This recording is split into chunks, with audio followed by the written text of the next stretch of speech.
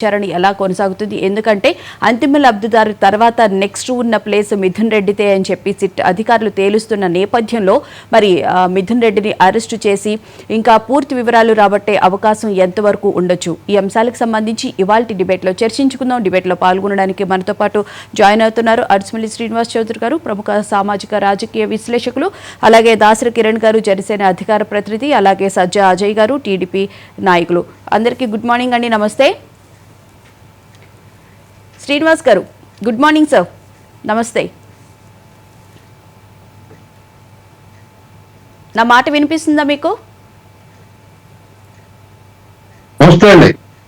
నమస్తే సార్. ముఖ్యంగా AP liquor scam కి సంబంధించి ఒక కొలిక్కి వచ్చే అవకాశం అంటే ఈ రోజైతే సిట్ మొత్తానికైతే ఫస్ట్ ఛార్జ్ షీట్ అయితే వేయనుంది. 300 పేజీలతో వేస్తుందని చెప్పారు అంటున్నారు. ఏమంటారు సార్? అలాగే కనిపిస్తుందండి. చాలా దగ్గర గంట వచ్చినట్టు అనిపిస్తుంది. అందరికీ నమస్కారం. దాసరి కిరణ్ గారికి, తమ్ముడు సజ్జాకి, మీకు భవన గారు, మీకు మహా టీవీ వీక్షకులందరికీ నమస్కారం.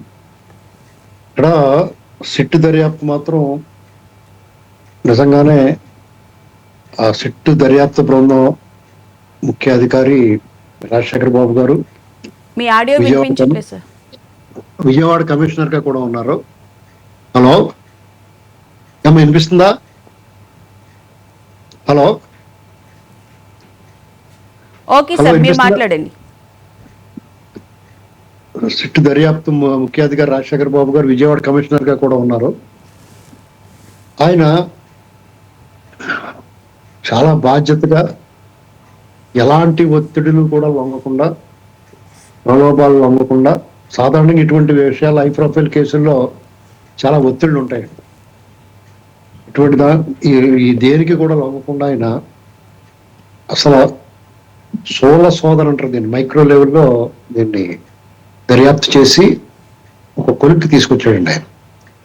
కేవలం ఇంక 2 అడుగులు, ఒక అడుగు ఇప్పుడు పడబోతుంది వాళ్ళ బహుశా, ఇంకా ఇంకొక అడుగు మిగిలి ఉంటుందండి. ఆ ఒక్క అడుగుతోటి చాలా అద్భుతాలు జరగాలి.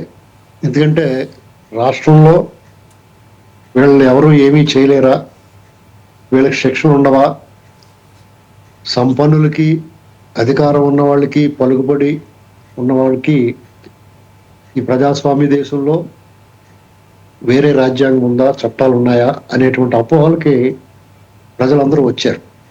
అలాంటి సమయంలో ఈ రకమైన మార్పు ప్రజల్లో ప్రజాస్వామ్యం పట్ల గౌరవం, న్యాయస్థానాల పట్ల ఉన్న అపోహలు అవి తొలగి దర్యాప్తు బృందాలను కూడా దర్యాప్తు బృందాల మీద నమ్మకం పెట్టుకోవడానికి అవకాశం వస్తుందంట. అంటే సార్, ఇక్కడ అంతిమ లబ్ధిదారు ఎవరైతే ఉన్నారో జగన్మోహన్ రెడ్డి, ఆయన్నే కాదు అసలు మిథున్ రెడ్డిని కూడా అరెస్ట్ చేయలేరు అని అయితే ప్రజలు మాట్లాడుకుంటున్న నేపథ్యంలో ఇప్పుడు ఈ రోజు విచారణకి వస్తూ ఉన్నారు, అరెస్ట్ చేస్తారన్న అయితే వస్తూ ఉంది.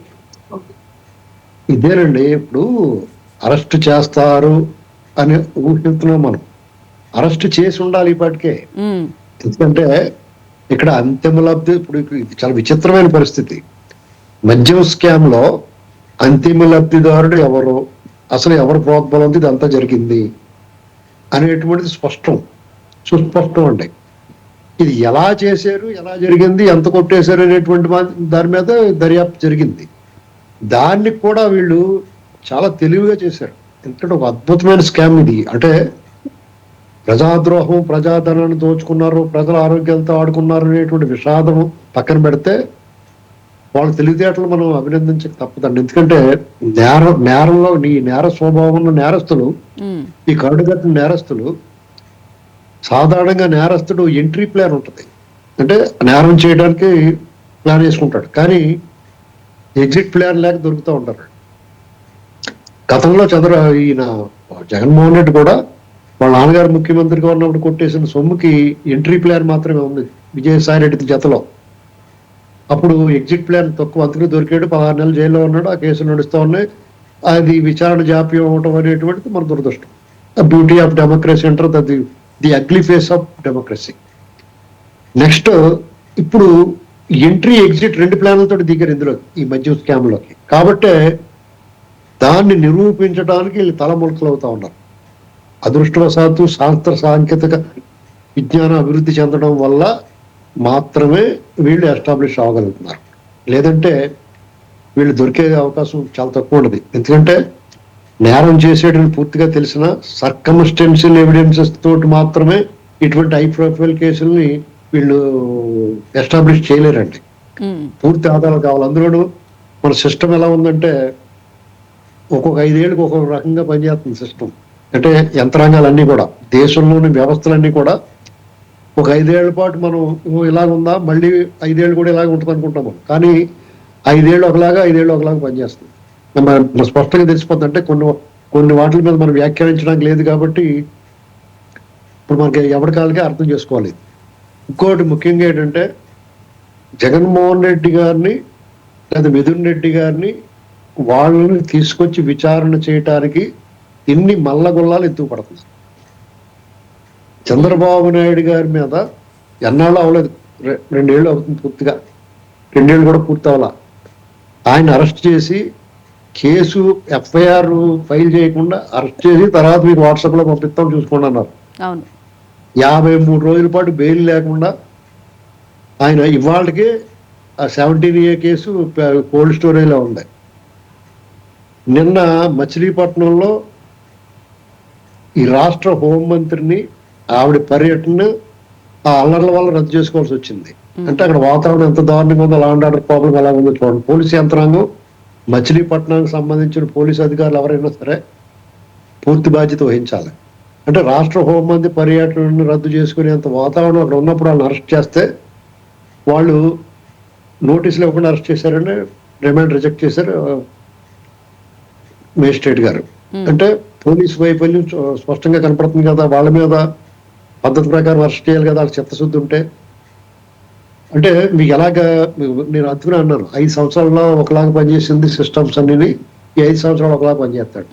ఈ మద్యం స్కామ్ విషయంలో కూడా ఎక్కడికక్కడ పూర్తి స్థాయిలో ఎస్టాబ్లిష్ అయిన వేలాది కోట్లు దీని వెనకాల చేతులు మారిన, ఇది 1 అవినీతి, 2 అరాచకం, 3 మానవీయ కోణం ఒకటి ఉందండి ఇందులో. అవినీతి ఏంటంటే అడ్డగోలుగా ప్రజాధనాన్ని వేలాది కోట్లు కొట్టేశారు. అరాచకం ఏంటంటే నోరెత్తిన వాళ్ళని గొంతు పిసికారు. దీని గురించి కల్తీ నకిలీ మద్యం గురించి ప్రశ్నించిన వాళ్ళని పైకి పంపించేశారు. దారుణంగా హత్యలు కూడా చేశారు. మానవీయ కోణం ఏంటంటే అనేక కుటుంబాలు ఈ నకిలీ మద్యం, నాసిరకం మద్యం సేవించడం వల్ల వాళ్ళు పిల్లలు అనాథలు అయిపోయారు, కుటుంబాలు రోడ్డుపై పడి ఇవాళకి కూడా చాలా మంది వాళ్ళ అనారోగ్యం పాలైపోయి అనేకంగా కిడ్నీలు, లివర్ అన్ని పాడైపోయి వాళ్ళు అంటే దాదాపు 32,000 మంది దాకా చనిపోయారు ఆ మద్యం తాగడం వల్ల, ఆ కల్తీ మద్యం తాగడం వల్ల. అవునండి. అయితే ఇలాంటి పరిస్థితుల్లో ఈ కేసు ఎంత సీరియస్ గా ఉండాలి, దర్యాప్తు బృందం బ్రహ్మాండంగా చేసింది. మరి మిగతా వ్యవస్థలు వీళ్ళ పట్ల కనీసం ఎలాంటి వెసులుబాటు కూడా ఇవ్వకూడదు. వాళ్ళలో మానవీయ కోణం లేదా, విచక్షణాధికారాన్ని వాళ్ళు ప్రజల కోణంలో ఆలోచించి తీసుకోవద్దా? ప్రభుత్వాలు కూడా ఇంత జాప్యం చేయటం అనేటువంటిది తగదండి. ఎందుకంటే చాలా లేట్ అయినట్టు. వాళ్ళు ముందు లోపల పెట్టి తర్వాత విచారణ చేయాలి ఈ ఒక్క కేసు విషయంలో. ఎందుకంటే అంటే ఇక్కడ ఏపీ మద్యం కేసుకు సంబంధించి ఇలాంటి ట్విస్టులు జరుగుతున్నాయి. ఎందుకంటే నిన్న ఛత్తీస్గఢ్ లో మాజీ ముఖ్యమంత్రి కొడుకును కూడా అరెస్ట్ చేయడం జరిగింది.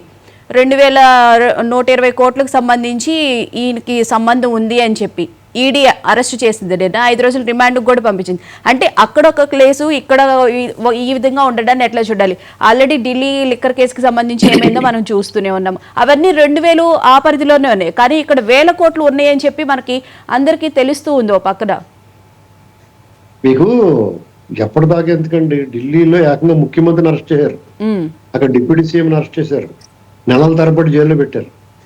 ఈడీ ఎంటర్ అయిపోయి చాలా తీవ్ర, తెలంగాణ నుంచి కవిత గారిని కూడా అరెస్ట్ చేశారు కదా, అవును, తిహార్ జైలుకి పంపించారు.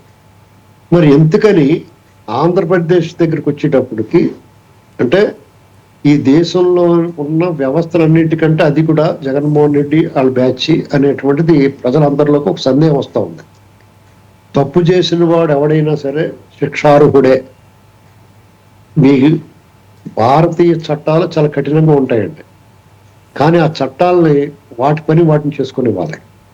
కానీ మనుషుల్లో ఎలా ఉందంటే ఈ చట్టాలను అమలు చేసే వాళ్ళు అందరూ కూడా కులం, మతం, ప్రాంతాలకు అతీతంగా ఉండలేకపోతున్నారు.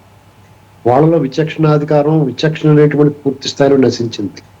ఇక్కడ చాలా బాధపడుతుంటారు. ఎవరన్నా సోషల్ మీడియాలో కానీ వేరే చోట కానీ దాని గురించి చర్చించుకున్నా, విమర్శలు వచ్చినా దాని గురించి బాధపడతా ఉన్నారు తప్ప వాళ్ళ వైఖరి మాత్రం మార్చుకుంటలేదు. ఇది చాలా మందికి ఒక అపోహ వస్తుంది. మనకు నమ్మకం ఏంటంటే ఈ ప్రజాస్వామ్య దేశం ఇది, మనం స్వేచ్ఛగా ఉన్నాం, మనకు ఒక భద్రత ఉంది, మన దేశ రక్షణలో సరిహద్దు భద్రతా దళాలు ప్రాణాలు ఒట్టి మనల్ని కాపాడుతా ఉన్నారు. ఈ దేశంలో రాజకీయ నాయకులు వాళ్ళలో అవినీతి, స్వార్థం ఉన్నా దేశం ప్రజల విషయం వచ్చేటప్పుడు బాధ్యతగా వ్యవహరిస్తారని ఒక నమ్మకంతో ఉంటాం మనం. కానీ మన నమ్మకాన్ని పూర్తిగా మనం చాలా నమ్మకం పెట్టుకుని చాలా మంచి నాయకుడు కఠినంగా వ్యవహరిస్తారు అనుకున్న వాళ్ళు కూడా కొన్ని విషయాల్లో వాళ్ళు విఫలమవుతూ ఉండడం ఇప్పుడు చాలా దురదృష్టకరం. ఇది ఈ మద్యం స్కామ్ విషయం అనేటువంటిది ఒక గీటు రాయి లాంటిది, అంటే లిట్మస్ టెస్ట్ అన్నమాట.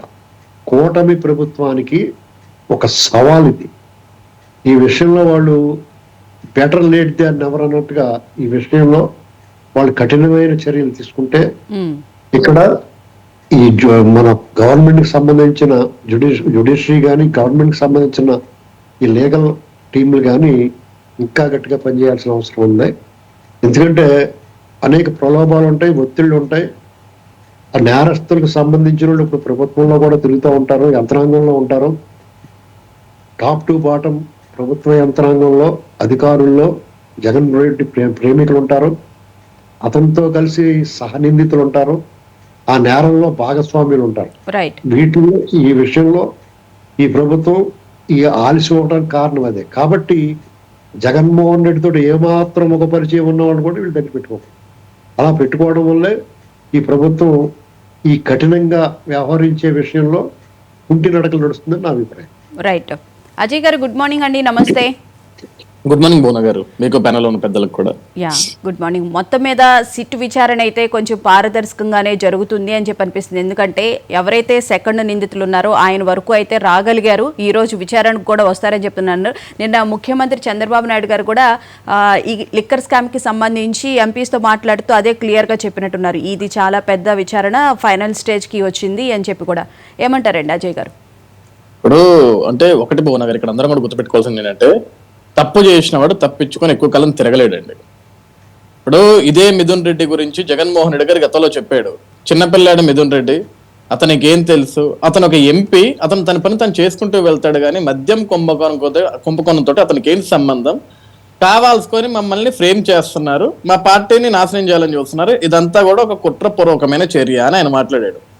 ఈరోజు ఒక చాక్లెట్ ఇస్తే ఇది చాక్లెటా బిస్కెట్ అని కనీసం తెలుసుకోలేనంత స్థాయిలో మిథున్ రెడ్డి లేడండి.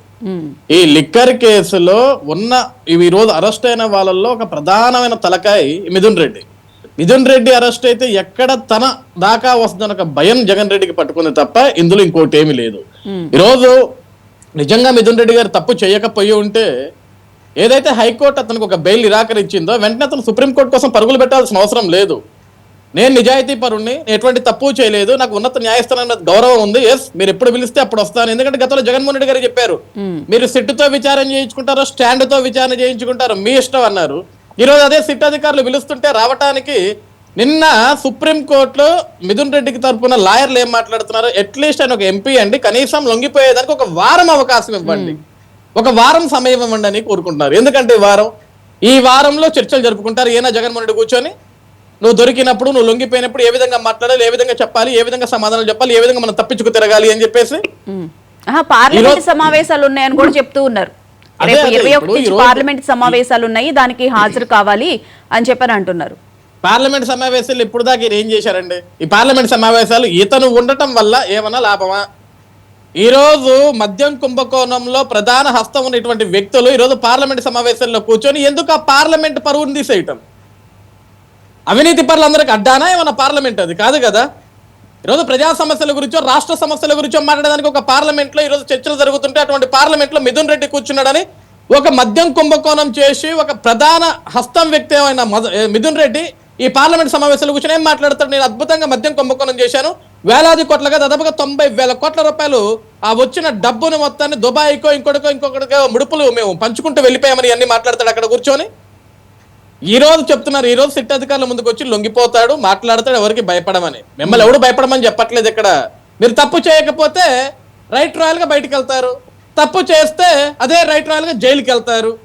జగన్మోహన్ రెడ్డి గారు చెప్పారు కదా, జగన్మోహన్ రెడ్డి గారికి ఇవన్నీ తెలుసు. భువన గారు ఇవన్నీ తెలుసు కాబట్టి ఆయన ముందస్తుగానే సంవత్సరం 6 నెలల క్రితం 7 నెలల క్రితం చెప్పాడు వాళ్ళ నాయకులందరికీ ఒక మీటింగ్ పెట్టి, మీరు ఎవ్వరు అధైర్యపడాల్సిన అవసరం లేదు, ఎవ్వరు భయపడాల్సిన అవసరం లేదు, నన్నే స్ఫూర్తిగా తీసుకోండి, నన్నే ఉదాహరణగా తీసుకోండి. మీరు నేను 16 నెలలు జైలు జీవితం గడిపొచ్చా, ఏమైద్దబ్బా బెయిల్ వస్తుంది కదా, మన చట్టాలు ఒక రోజు కాకపోతే ఒక రోజు బెయిల్ ఇస్తుందబ్బా మనకి.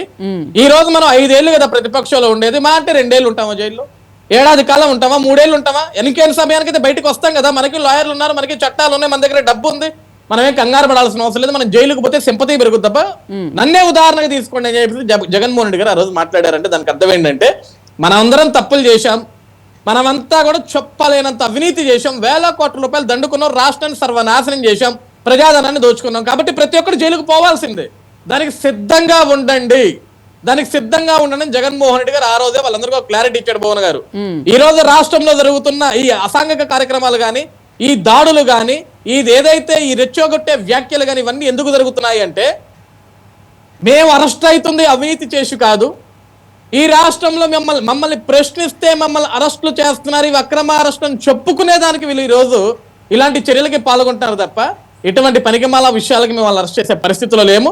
పోలీసు అధికారులు ఉన్నారు, చట్టం తన పని తను చేసుకుంటూ వెళ్తుంది. కానీ ఎవడైతే తప్పు చేశాడు, ఎవడైతే కుంభకోణంలో ఎవరిని వదిలేదు లేదు. ఈ రోజు మిథున్ రెడ్డి దాకా వచ్చి తలుపులు మిథున్ రెడ్డి దాకా వచ్చినాయి పోలీసులు. మిథున్ రెడ్డి ఇంటి దగ్గర నుంచి తాడేపల్లి ఇంటి తలుపులు, నిన్నే చెప్పాడు జగన్మోహన్ రెడ్డి గారు 24/7 నా తలుపులు తెరిసే ఉంటాయని.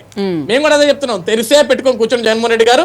కానీ ఉట్టిగా తలుపులు తెరిస్తే కుదరదు, తలుపులు తెరిచినప్పుడు ఆ లోపల గుమ్మం లోపల మీరు ఉండాలా. మళ్ళీ మీరు పోయి బెంగళూరులో కూర్చొని, ఇక్కడి నుంచి ఇంకో దగ్గర కూర్చొని, లేకుంటే భవిష్యత్తులో మీరు కూడా విజయ మల్లయ్య టైప్ ఇక్కడి నుంచి ఈ దేశాల వదిలి పారిపోతే అది తప్పండి. కాబట్టి తలుపులు తెరిచినప్పుడు గుమ్మం లోపల మీరు కూడా హ్యాపీగా సోఫాలో కాలు మీద కాలు వేసుకొని కూర్చుంటారు, బాసాపట్లు వేసుకొని కూర్చుంటారు, నేల మీద కూర్చుంటారు, కూర్చోండి. అధికారులు మీ దాకా కూడా వస్తారు. ఈ రోజు ఒక్క విషయం ఇక్కడ ఆశ్చర్యం కలిగే విషయం అంటే తెలుసు భువన గారు, ఇంత మనం ఇన్వెస్టిగేషన్ చేస్తున్నాము, ఇంతమంది అరెస్ట్ చేస్తున్నాము, దాదాపుగా 11 మంది అరెస్ట్ అయ్యారు. ఈ రోజు ఇంకా అరెస్ట్ కాకపోతున్నారు, లొంగిపోబోతున్నారు. కానీ అసలు ఈ మద్యం కుంభకోణం గురించి మనం మాట్లాడేటప్పుడు ఆ రోజు ఎక్సైజ్ శాఖ మంత్రిగా ఉన్న నారాయణ స్వామి గారు ఏమైపోయారు భువన గారు? అసలు ఇది ఎంత అమాయకత్వం అంటే 21వ తారీఖు 22వ తారీఖు ఆయన కూడా అటెండ్ కామన్నారు. అంటే ఇన్ని రోజుల తర్వాత ఆయన పేరు వచ్చింది అంటే, ఒకటి ఆయన ఒక బడుగు బలహీన వర్గాలకు సంబంధించిన వ్యక్తి కాబట్టి ఇటువంటి జస్ట్ మంత్రి పదవి ఇచ్చి పక్కన కూర్చోబెట్టి కుంభకోణాలు చేసినా ఏది చేసినా కోట్ల రూపాయలు దండుకున్నది మేమే చేయాలి, నీకేం సంబంధం లేదు, పక్కకు జస్ట్ ఆయన ఒక బొమ్మ మాదిరి కూర్చోబెట్టుంటారు మేము దాంట్లో. అవును, ఏమీ తెలియదు. వీళ్ళు ఈ పాలసీ తీసుకొచ్చేటప్పుడు కూడా ఆయనకు అసలు ఏం తెలియదు నారాయణ స్వామి గారికి. అంటే విజయసాయి రెడ్డి గారు మనకి కొన్ని వ్యాఖ్యలు చెప్పాలి. మేము తాడేపల్లి ఇంటి వెనక ఉన్న ఒక గెస్ట్ హౌస్ లో 2 సార్లు మేము మీటింగ్ వేసుకున్నాము, అధికారులు కానీ, నేను కానీ, మిథున్ రెడ్డి కానీ, సజ్జల శ్రీధర్ రెడ్డి కానీ, ఇట్లా అందరం కూడా, బాలాజీ గోవిందప్ప కానీ, మేమంతా కూడా 2 సార్లు మీటింగ్ వేసుకున్నాం. ఈ 2 సార్లు మీటింగ్లు ఎక్కడా కూడా నారాయణ స్వామి గారి పేరు ఎక్కడ ప్రస్తావించలేదండి. అంటే ఆయన పిలవల. ఒక మద్యం పాలసీ వచ్చింది, ఒక కొత్త పాలసీ చేస్తున్నాం, పలానా మద్యాన్ని తీసుకొస్తున్నాం, పలానా మద్యాన్ని అమ్ముతున్నాం, పలానా మద్యంతో డబ్బులు సంపాదిస్తున్నాం అనే విషయం అట్లీస్ట్ కనీసం మంత్రికి దృష్టికి వెళ్ళలేదు. అంటే ఎంత అద్భుతమైన స్థానంలో జగన్మోహన్ రెడ్డి గారు అవినీతి చేయించారో దీన్ని బట్టి మనం అర్థం చేసుకోవాలా. ఈ రోజు వీళ్ళ మీద కేవలం మద్యం కుంభకోణం కేసు కాదు మేము పెట్టాల్సింది, వీళ్ళ మీద హత్యాచారం కేసులు పెట్టాలా, హత్యలు చేసిన కేసులు పెట్టాలా. ఇలా మీరు ప్రస్తావించారు, దాదాపుగా 32,000 మంది కల్తీ మద్యం, జగన్మోహన్ రెడ్డి తయారు చేసిన మద్యం దాకా చచ్చిపోయారు. ఈ రోజుకి ఇంకా కొన్ని వేల మంది అనారోగ్యం పాలై ఉన్నారు. 1,32,417 మంది లివర్ పోయి, కిడ్నీస్ పోయి, న్యూరో సమస్యలతో బాధపడుతున్న వాళ్ళు అంతమంది ఉన్నారు. అవును మ్యామ్, ఈ రోజు ఇప్పటికీ అనారోగ్య సమస్యలతో హాస్పిటల్ చుట్టూ తిరుగుతున్నారు, కనీసం హాస్పిటల్ డబ్బులు కొట్టుకోలేని పరిస్థితిలో ఉన్నారు. ఈ రోజు నీకు అవకాశం ఇచ్చి నేను ముఖ్యమంత్రిని చేస్తే మద్యపాన నిషేధం అని చెప్పిన జగన్మోహన్ రెడ్డి అదే మద్యం మీద కొన్ని వేల కోట్ల రూపాయలు అప్పును తీసుకొచ్చి దాన్ని కూడా ప్రజల మీద భారం పెట్టి చివరికి సరైన మద్యం అమ్మావా, నాణ్యమైన మద్యం అమ్మావా అంటే దాన్ని కూడా కల్తీ మద్యం తయారు చేసి ఎవరికి వాడు అంగట్లో సరుకన్నట్లుగా ప్రతి ఒక్కడు వైఎస్ఆర్సీపీ పార్టీకి సంబంధించిన నాయకులంతా ఇళ్లలోనే డిస్టిలరీస్ పెట్టుకొని, ఇళ్లలోనే కల్తీ మద్యాన్ని తయారు చేసి, ఇళ్లలోనే బెల్ట్ షాపులు పెన్ చేసుకొని ఆ మద్యాన్ని అమ్మి ప్రజల చేత మద్యాన్ని తాగించి దాని ద్వారా వచ్చిన డబ్బుతోటి వీళ్ళు భవనాలు కట్టుకున్నారు. కానీ మద్యం తాగిన ప్రజలు శ్మశానాలు పాలయ్యి ఆ కుటుంబాలు మొత్తం అనాథపాలు ఈ రోజు రోడ్డును పడితే ఇంకా సిగ్గు లేకుండా మా మీద తప్పుడు ఆరోపణలు చేస్తున్నారు. మిథున్ రెడ్డి చిన్నపిల్లాడు, బాలాజీ గోవిందప్పకి ఏం తెలుసు, ఇంకో రెడ్డికి ఏం తెలుసు, ఇంకో రెడ్డికి ఏం తెలుసు అంటే మీకు ఎవ్వడికి తెలియకుండా నిన్న మరణాలు జరిగినాయా? ఎంత అవినీతి జరిగిందా? ఈ రోజు అధికారులందరూ పిచ్చోళ్ళు అయ్యి మీ చుట్టూ తిరుగుతున్నారు. 300 పేజీల ఛార్జ్ షీట్ రెడీ చేసుకొని ఏమవసరం వీళ్ళందరికీ? ఈ రోజు నేను ఒకటే చెప్తున్నాను పవన్ గారు, జగన్మోహన్ రెడ్డి గారు మీరు తప్పులు చేశారు. నాడు తప్పు చేయకపోయినా సరే చంద్రబాబు నాయుడు గారిని స్కిల్ స్కామ్ అని చెప్పేసి 300 కోట్ల రూపాయల స్కామ్ చెప్పారు. మా అరెస్టు చేసేదాకా కనీసం అరెస్టు నోటీస్ కూడా తీసుకురాలేదు. బస్సులో నా వ్యక్తిని అన్యాయంగా కిందకి దింపారు. అప్పటికి అడిగారు చంద్రబాబు నాయుడు గారు, మీరు అసలు నన్ను ఎందుకు అరెస్ట్ చేస్తున్నారు, ఏ ఆధారాలతో అరెస్ట్ చేస్తున్నారు, at least single piece of paper చూపించమంటే మా దగ్గర పేపర్ లేదని మీకు వాట్సాప్ చేస్తామండి, ఫస్ట్ మీరైతే పదండి అని తీసుకెళ్లారు. 53 రోజులు కూర్చోబెట్టారు. కనీసం స్కిల్ స్కామ్ లో 300 కోట్ల రూపాయలు కదా 3 పైసల స్కామ్ కూడా చూపించలేకపోయారు. కేవలం జగన్మోహన్ రెడ్డి గారి పైశాచికత్వం కోసం అరెస్ట్ చేశారు. ఈ రోజు అందరికి అనిపించవచ్చు మేము ఆ రోజు చంద్రబాబు నాయుడు గారిని అక్రమంగా అరెస్ట్ చేశారు కదా, ఎందుకు ఈ రోజు జగన్మోహన్ రెడ్డి ఉపేక్షిస్తున్నారు, తీసుకెళ్లి లోపల వేయచ్చు కదా ఈడ్చుకెళ్ళి అంటే, జగన్మోహన్ రెడ్డి చేసిన మూర్ఖత్వమైన పని మనం చెయ్యం. ఎందుకంటే జగన్ చేసిన తప్పులు ప్రజలందరికీ తెలుసు. అసలు ఇంకా ఏ విధంగా కుంభకోణాలు చేశాడు, ఏ విధంగా అవినీతి చేశాడు అన్న విషయం ప్రతి ఒక్కటి కూడా పాయింట్ టు పాయింట్ తీగలాగితే డొంక కదిలినట్లు ప్రజలందరికీ స్పష్టంగా అర్థం కావాలా. ఎందుకంటే ఈరోజు జగన్ 2.1 అని చెప్పేసి ప్రజల్లో ఒక భయాందోళన క్రియేట్ చేస్తున్నాడు. ఈ రోజు ఇతను చేసిన తప్పులు, ఇతను చేసిన అవినీతి, ఇతను చేసిన స్కాములు, ఇతను చేసిన కుంభకోణాలు మొత్తం కూడా ప్రజలకి పిన్ టు పిన్ తెలియజేయాలని ఒక భావనతోటి ఈ రోజు ఈ విధంగా మేము ఇవన్నీ విచారణ చేసుకుంటూ ముందుకు వెళ్తున్నాం. కాబట్టి జగన్ చేసిన ప్రతి ఒక్క తప్పు కూడా ప్రజలకు తెలియజేసేలా చేస్తాము, చట్టపరంగా శిక్షిస్తాం. ఒకరోజు సమయం టైం పట్టొచ్చు, కొంచెం లేట్ అవ్వచ్చు, కానీ మేము వేసే శిక్ష, న్యాయస్థానాలు వేసే శిక్ష, జగన్మోహన్ రెడ్డి జీవితకాలం జైల్లోనే ఉంటాడు. మేము రైట్. కిరణ్ గారు గుడ్ మార్నింగ్ అండి, నమస్తే. మార్నింగ్ మేడం, నమస్తే అండి. సరే, అసలు ఈ లిక్కర్ స్కామ్కి సంబంధించి దోపిడీ ఏ స్థాయిలో జరిగింది అనేది ఇప్పుడు సిట్ అధికారులు అయితే వెలికి తీస్తూ ఉన్నారు. 1 by 1 అన్ని విషయాలు బయటకు వస్తూ ఉన్నాయి. అంటే అసలు ఇంత స్కామ్ కూడా చేయొచ్చా లిక్కర్కి సంబంధించి అని ఆశ్చర్యపోతున్న సందర్భం అయితే కనిపిస్తూ ఉంది. ఏమంటారు సార్? అందరికీ నమస్కారం అండి. మేడం, జగన్ రెడ్డి గారి రాజకీయ జీవితం మొత్తం కూడా వర్గానికి ఇన్స్పిరేషన్ అని నేను ఒక డిబేట్ లో కూడా చెప్పాను, ముందు చెప్తాను. అంటే అధికారాన్ని అడ్డం పెట్టుకుని, అంటే మన చేతిలో అధికారం ఉంటే ఇన్ని రకాలుగా అవినీతి చేయొచ్చా, ఇన్ని రకాలుగా దోపిడీ చేయొచ్చా, ఇన్ని కేసుల్లో ముద్దాయిగా ఉండి కూడా శిక్ష పడకుండా సంవత్సరాల తరబడి బెయిల్ మీద తప్పించుకుని తిరగొచ్చా అనేది జగన్మోహన్ రెడ్డి గారు ఒక కేసు స్టడీ. జగన్మోహన్ రెడ్డి గారి కేసులు కనుక చదువుకుంటే జాగ్రత్తగా ఈ లా చదివే విద్యార్థులు కానీ, లేకపోతే లా గురించి తెలుసుకోవాలనుకునే వాళ్ళు కానీ, నేర సామ్రాజ్యం వైపు ఇంట్రెస్ట్ ఉన్న వాళ్ళు కానీ ఆ కేసులు కనుక స్టడీ చేస్తే మేడం, వాళ్ళకి లాలో ఉన్న లూప్ హోల్స్ అన్ని తెలుస్తాయి, లాలో ఉన్న సెక్షన్స్ అన్ని తెలుస్తాయి, రాజ్యాంగాన్ని చట్టాన్ని అడ్డం పెట్టుకుని ఇన్ని సంవత్సరాలు తప్పించుకుని తినవచ్చు అనేది చాలా క్లియర్ గా అర్థమవుతుంది మేడం. ఎందుకంటే వాళ్ళ తండ్రి అధికారాన్ని అడ్డం పెట్టుకుని ఆయన అక్రమాస్తులు సంపాదించి ఆయన వెనకున్న అధికారులు బలైపోయారు, ఆయన నమ్ముకున్న కొంతమంది నాయకులు బలైపోయారు తప్ప జగన్మోహన్ రెడ్డి గారు 10 సంవత్సరాలుగా వేలి మీదే తిరుగుతా ఉన్నారు. అయినా కూడా ఇందాక శ్రీనివాస్ గారు చెప్పినట్టు ప్రజలందరూ కూడా ఎందుకు ఈ లిక్కర్ కేసులో ఇంకా వాళ్ళకి నమ్మకం కుదరట్లేదు, వీళ్ళకి శిక్ష పడుతుందని అని అంటే, జగన్మోహన్ రెడ్డి గారు ఇన్ని తప్పులు చేసి ఇన్ని లక్షల కోట్ల అవినీతి చేసి కూడా ఇంకా బయట తిరుగుతా ఉన్నాడు కదా, 10 సంవత్సరాలు వేలి మీద తిరుగుతా ఉన్నాడు కదా, ఆయనకేమీ శిక్ష పడలేదు కదా, ఈ కేసులు ఎప్పుడు తేలేను, లాలో ఉన్న లూప్ హోల్స్ అడ్డం పెట్టుకుని డిశ్చార్జ్ పిటిషన్ అని ఇంకో పిటిషన్ అని చెప్పి వాళ్ళు ఇంకా బయటకు వచ్చే ప్రక్రియ వాళ్ళు చేసుకుంటా ఉన్నారు కదా. అదే విధంగా బాబాయ్ హత్య కేసులు, ఆ హత్య జరిగి 6 సంవత్సరాలు 7 సంవత్సరాలు అవుతున్నా కూడా అవినాష్ రెడ్డిని సిబిఐ వాళ్ళు అరెస్ట్ చేయలేకపోయారు. ఆ రోజున గత ప్రభుత్వంలో వాళ్ళని రోడ్ల మీద పరిగెత్తించిన పరిస్థితి, వీళ్ళంతా కూడా కార్లు వేసుకుని ఇక్కడి నుంచి కర్నూలు నుంచి కడప నుంచి కర్నూలు మళ్ళీ ఒక హాస్పిటల్లో ఆపుకొని డ్రామాలు క్రియేట్ చేసి బయట కార్యకర్తల్ని మూవ్ చేసుకుని అందులో కూడా కనీసం వాళ్ళని టచ్ చేయలేని పరిస్థితి. కానీ ఈ రోజున మన సిట్ అధికారులు చాలా చాలా చాకచక్యంగా, చాలా దూకుడుగా ఈ కేసులు వ్యవహరిస్తా ఉన్నారు. ఎన్ని లూప్ హోల్స్ అయితే ఉన్నాయో వీళ్ళు అడ్డం పెట్టుకుని, ఎన్ని డెన్నుల్లో అయితే డబ్బులు దాచారో, ఎవరెవరైతే పాత్రదారులు ఉన్నారో, ఎవరెవరైతే సూత్రధారులు ఉన్నారో వాళ్ళందరినీ కూడా ఈ రోజున బయట పెడుతున్న పరిస్థితి. దాదాపు 11 మందిని అరెస్ట్ చేసిన పరిస్థితి, 30 మందిని అక్యూజ్డ్ లిస్ట్ లో చేర్చిన పరిస్థితి. దగ్గర A4 లాంటి, అంటే మిథున్ రెడ్డి లాంటి ఒక వ్యక్తిని, వైఎస్ఆర్సీపీ పార్టీలో ఒక లోక్సభ పక్ష నేతగా ఉన్న వ్యక్తిని వైఎస్ జగన్మోహన్ రెడ్డి గారికి చాలా సన్నిహితంగా ఉన్న వ్యక్తి దగ్గర దాకా రాగలిగారంటే చాలా అప్రిషియేట్ చేయాలి వాళ్ళు చేసిన వర్క్ ని. ఇంకో విషయం ఏంటంటే మేడం, ఇది కేవలం ఒక 3,200 కోట్ల రూపాయల స్కామ్ అని అయితే నేను అనుకోవట్లేదండి.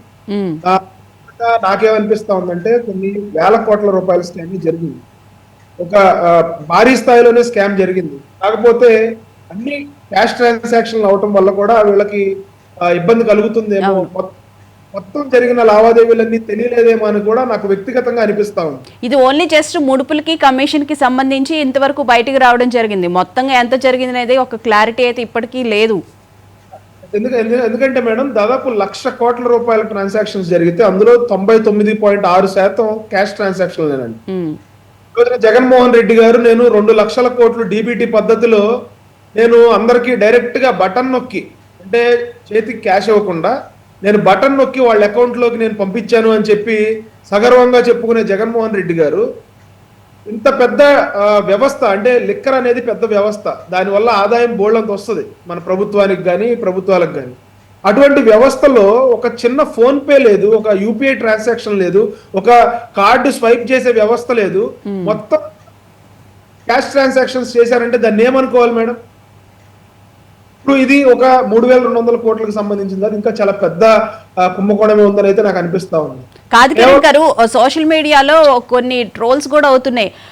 మిథున్ రెడ్డిని అరెస్ట్ చేయగలిగితే కనుక అప్పుడు కూటమి ప్రభుత్వం మంచి ప్రభుత్వం, ఇప్పటిదాకా కాదు అని చెప్పి కూడా అంటూ ఉన్నారు. మేడం అట్లా ఏం కాదు మేడం, ఖచ్చితంగా చేయాలంటే ఎంత 2 నిమిషాలు జగన్మోహన్ రెడ్డి గారు ఇది చంద్రబాబు నా నాయుడు ఒపీనియన్ కాదు, నిజంగానే సోషల్ మీడియాలో అట్లానే అంటూ ఉన్నారండి. అదే మేడం, జగన్మోహన్ రెడ్డి గారు చంద్రబాబు నాయుడు గారిని కక్షపూరితంగా అరెస్ట్ చేసి ఏమయ్యాడు? నవ్వుల పాలయ్యాడు, అబాసు పాలయ్యాడు. ప్రజలందరూ కూడా ఆయన చేసిన దుర్మార్గాల్ని కళ్ళారా చూశారు కదా. ఈ రోజున కూటమి ప్రభుత్వం జగన్మోహన్ రెడ్డి గారి లాగా పైశాచిక ఆనందం పొందటమో లేకపోతే ఉత్తి పుణ్యానికి అరెస్ట్ చేసి అబాసు పాలవడమో అయ్యే పరిస్థితి లేదు. ఎవరైనా సరే తప్పు చేస్తే తప్పు చేసిన వాళ్ళని సాక్ష్యాధారాలతో సహా నిరూపించాల్సిన అవసరం ఉంటుంది, కోర్టుల్లో ఆ కేసులు నిలబడాల్సిన అవసరం ఉంటుంది. మనం ఏదో for the sake of arrest చేయడానికి అరెస్ట్ చేసేసి తర్వాత ప్రజల మధ్యలో చులకనయ్యే ఆలోచన కానీ లేకపోతే కక్షపూరితంగా అరెస్ట్ చేయాల్సిన ఉద్దేశం కానీ ఈ రోజు కూటమి ప్రభుత్వానికి లేదు. అన్ని సాక్ష్యాధారాలు చాలా జాగ్రత్తగా పరిశీలించి కోర్టుకి ఏదైతే ఇన్ఫర్మేషన్ మనం సబ్మిట్ చేయాలో, టెక్నికల్ గా అన్ని ఎవిడెన్స్లు రెడీ చేసుకోవాలో అవన్నీ రెడీ చేసుకున్న తర్వాతే వాళ్ళ దగ్గరికి వెళ్తున్నారు తప్ప అధికారులు ఊరికే అరెస్ట్ చేసి రోడ్డు మీద నడిపించాలి, లేకపోతే వాళ్ళని 10 రోజులన్నా జైల్లో వేసి జగన్మోహన్ రెడ్డి గారి లాగా పైశాచిక ఆనందం పొందాలని చెప్పి ఇక్కడ కూటమి ప్రభుత్వం అనుకోవట్లా. ఈ స్కామ్ లో కూడా, లిక్కర్ స్కామ్ లో కూడా కేవలం డబ్బు విషయం కాదు మేడం, కొన్ని వందల మంది చనిపోయారు. ఎలా చనిపోయారంటే ఆ కల్తీ మద్యం ఏదైతే వీళ్ళు తయారు చేశారో నాసిరకం మద్యం, ఆ మద్యం తాగి చనిపోయారు, పేగులు మాడిపోయి. ఆ మద్యం జగన్మోహన్ రెడ్డి గారు చెప్పినట్టు నేను 5 స్టార్ హోటల్లో మాత్రమే లభ్యమయ్యేలాగా చేస్తాను, లేకపోతే బాగా డబ్బున్న వాళ్ళు మాత్రమే తాగేలాగా చేస్తానని చెప్పి విపరీతంగా రేట్లు పెంచేశారు. వాళ్ళు రేట్లు పెంచేశారు, కంట్రోల్ లేకుండా పెంచేశారు. దానివల్ల రోజువారీ కూలీ చేసుకునే వాళ్ళు, రోజువారీ పనులు చేసుకునే వాళ్ళు, వాళ్ళందరూ కూడా ఈ మద్యాన్ని కొనుగోలు చేయలేక మేడం కల్తీ సారా తాగి ఎంతో మంది చనిపోయారు. మద్యం తాగి చాలా మంది చనిపోయారు, 100 మంది చనిపోయారు.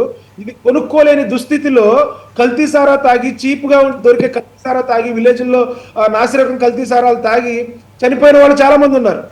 గంగారెడ్డిగూడెంలో మేడం ఒక కల్తీ సారా తాగి చనిపోతే 2000 సంవత్సరంలో మేము వాళ్ళ పరామర్శించడానికి వెళ్ళాం మేడం. మా ఎమ్మెల్సీ నాగబాబు గారు, మా పిఎస్సి చైర్మన్ నాదెండ్ల మనోహర్ గారి నాయకత్వంలో మేము అక్కడికి వెళ్ళి వాళ్ళ పరామర్శిస్తే మేడం వాళ్ళ రిపోర్ట్ లో తెలిసింది ఏంటంటే లోపల పేగులు అవయవాలన్నీ కూడా మాడిపోయినాయండి.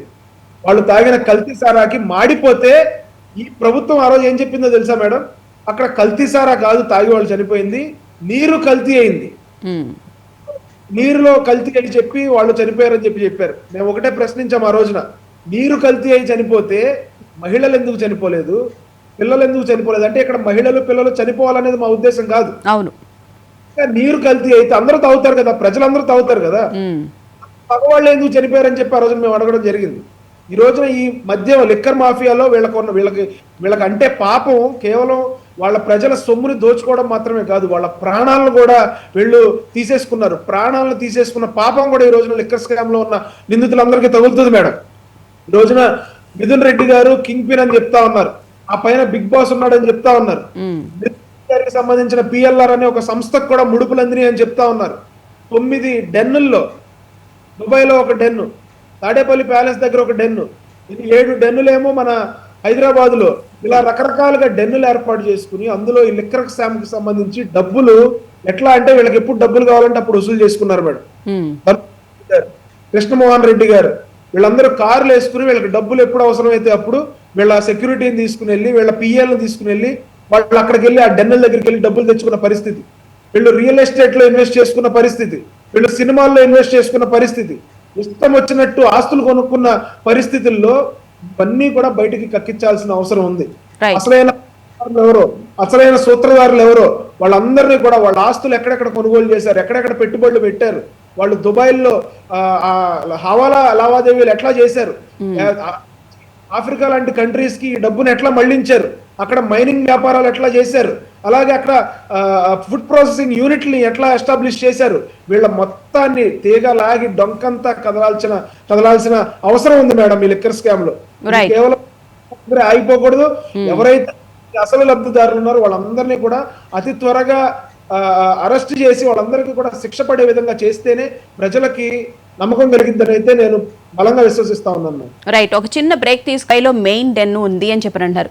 ఆ డెన్ను దగ్గరికి వెళ్ళడానికి వీళ్ళు ఫ్లైట్స్ లో వెళ్ళాలి, చాలా మంది అక్కడికి వెళ్ళి వచ్చిన సందర్భాలు ఉన్నాయని అంటున్నారు. వాటన్నిటికీ డబ్బు ఈ లిక్కర్ డబ్బే కదండి. ఆ లిక్కర్ డబ్బు ఎలా వచ్చింది? ప్రజలు కల్తీ కళ్ళు తాగడం వల్ల ఆ డబ్బు వాళ్ళు కష్టపడి డే అండ్ నైట్ కష్టపడి పొద్దున పూట అంతా కష్టపడి వచ్చి రాత్రిపూట మధ్యాహ్నం తీసుకోవడం వల్ల ఆ డబ్బులు వచ్చినాయి. ఆ డబ్బులు ప్రజల యొక్క డబ్బులు తీసుకుని వెళ్ళి వాళ్ళు ఆ విధంగా జల్సాలు చేయడం, అసలు ఇది ప్రజాస్వామ్యంలో ఏం జరుగుతుంది? రాజకీయాల్లోకి వచ్చి ప్రజలకు సేవ చేస్తాము అని చెప్పి రాజకీయాల్లోకి వచ్చేటటువంటి నేతలు వాళ్ళు చేస్తుంది ఏంటి? ప్రజలకు ఏం చూపిస్తున్నారు? ఇదేనా వాళ్ళు చూపించాల్సిన ఆదర్శం? అసలు మీకు జగన్మోహన్ రెడ్డి గారి నుంచి ఆదర్శాలు, ప్రజాస్వామ్యము, ప్రజల పట్ల బాధ్యత, ప్రజారోగ్యం పట్ల బాధ్యతలు ఇవన్నీ ఆశించకూడదండి మనం. ఎందుకంటే ఆయనకి ఒక ఫ్యాక్షన్ మనస్తత్వం ఉన్న వ్యక్తి అయినా, ఆయన ముఠాతత్వం, ముఠా రాజకీయాలు చూసుకుంటా ఎదిగాడు.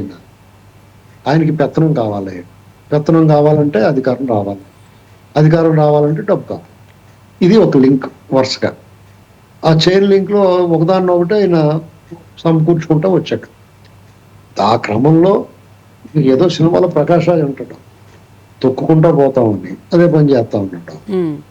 మీకు ఆయన అందులోనే ఓ సినిమాలో పోగిరి అన్న సినిమాలో డైలాగ్ ఉంటుంది, ఒక మనిషిని కోస్తారు, ఒక కోడిని కోస్తారు, మీరు కోడిని కోస్తే బాధపడరు కానీ మనిషిని కోస్తే బాధపడతారు మీరు, నాకు 2 కోళ్ళే అంటాడు. అంటే మనిషిని చెప్పినా కానీ కోడిని చెప్పినట్టే అతనికి అని ఆ క్యారెక్టర్ చెప్తుంది. ఈయన విషయంలో ఏమాత్రం తేడా ఉందండి మీరు అబ్జర్వ్ చేయండి. ఎందుకంటే మనం పదే పదే జగన్మోహన్ రెడ్డి విమర్శిస్తున్నారు, వీళ్ళు నోరు పారేసుకుంటున్నారు అని చాలా మంది అనుకోవచ్చు. కానీ ఆ క్యారెక్టర్ని, ఆ వ్యక్తి గురించి మనం ఎంతగా మాట్లాడుకున్నా కానీ మన నోరు నొప్పి వస్తుంది తప్ప అతన్ని ఇంకా గుడ్డిగా అభిమానించే వాళ్ళలో మార్పు రావాలి. వాళ్ళలో మార్పు రావాలి. ఫస్ట్ అతన్ని ఆరాధించేవాళ్ళు, అభిమానించేవాళ్ళు తగ్గాలి, అతన్ని అసహించుకోవాలి. అప్పటికేమైనా మార్పు వస్తుందేమో చూడండి. ఎందుకంటే మొన్న అంత ఘోర పరాజయము, పరాభవం పోలైన తర్వాత కూడా అతనిలో ఏ మార్పు లేదు, పశ్చాత్తాపం లేదు, పరివర్తన లేదు. తను ఇన్నాళ్ళు తీసుకున్న నిర్ణయాలు, తన పాలసీలు ప్రజలకు నచ్చట్లేదు కాబట్టి మనం మారాలి, ప్రజలకు నచ్చే విధంగా మనం ఉండాలనేటువంటి సమీక్ష కానీ ఆలోచన కానీ ఆయనలో లేదు. తిరిగి మళ్ళీ ఏం చెప్పినాడు ఆయన? 2.0 చూపిస్తాను అంటే 19 నుంచి 24 వరకు చూపించిన దానికి రెట్టింపు చూపిస్తాను. నేను వస్తే రప్ప చేస్తాను, ఎగిరెగిరి తంతాం అని వాళ్ళ కత్తులతోటి నృత్యాలు చేస్తున్నారు.